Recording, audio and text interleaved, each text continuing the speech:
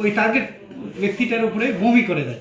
যখন বমি করে দেয় তখন ময়লাটা গায়ে লাগে, তখন সে একটু হলেও তার শরীরের কাছে অন্যভাবে তার মস্তিষ্কটা চেঞ্জ হয়ে যায়, তখন তার শরীরে যা যা থাকে তারা তারা নিয়ে নেয়।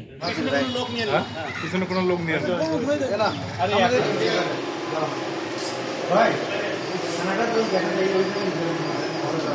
কিছু না, আমরা মানে স্যাপটাপ দিয়া টাকা বের করি নি। বমি টমি করে বমি টমি আমার দুজনে না, আমার কতদিন থেকে না, আমার 4-5-6 দিন থেকে আমরা সন্দেহ করি ধরছি। হ্যাঁ আমরা সন্দেহ করি ধরছি, আমরা পকেট থেকে মানে বাইর করে নেওয়ার আমি কিছু করিনি, সব ওরা করে।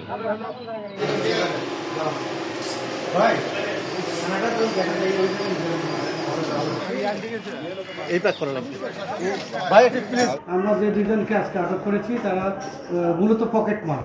প্রাচীনকালে এরকমই কাজ করা হতো, সেই প্রাচীনকালের পদ্ধতিগুলোই তারা এখন ইউজ করতেছে। যেমন তারা বাসে 2জন বা 3জন মিলে উঠে যাকে টার্গেট করে সেই লোকটার কাছাকাছি যায়, যাওয়ার পরে এই 2-3 জনের মতো থেকে একজন ওই টার্গেট ব্যক্তিটার উপরে বমি করে দেয়। যখন বমি করে দেয় তখন ময়লাটা গায়ে লাগে, তখন সে একটু হলেও তার শরীরের কাছে অন্যভাবে তার মস্তিষ্কটা চেঞ্জ হয়ে যায়, তখন তার শরীরে যা যা থাকে তারা তারা নিয়ে নেয়। যেমন পকেটে যদি টাকা পয়সা থাকে, মানি ব্যাগ থাকে, এটা তারা হাতিয়ে নেয়। এটা নতুন কৌশল অবলম্বন করতেছে তারা। আসলে আমি আজকে সকালবেলা জনগণের ফোনে আমার ঘুম ভেঙে যায়।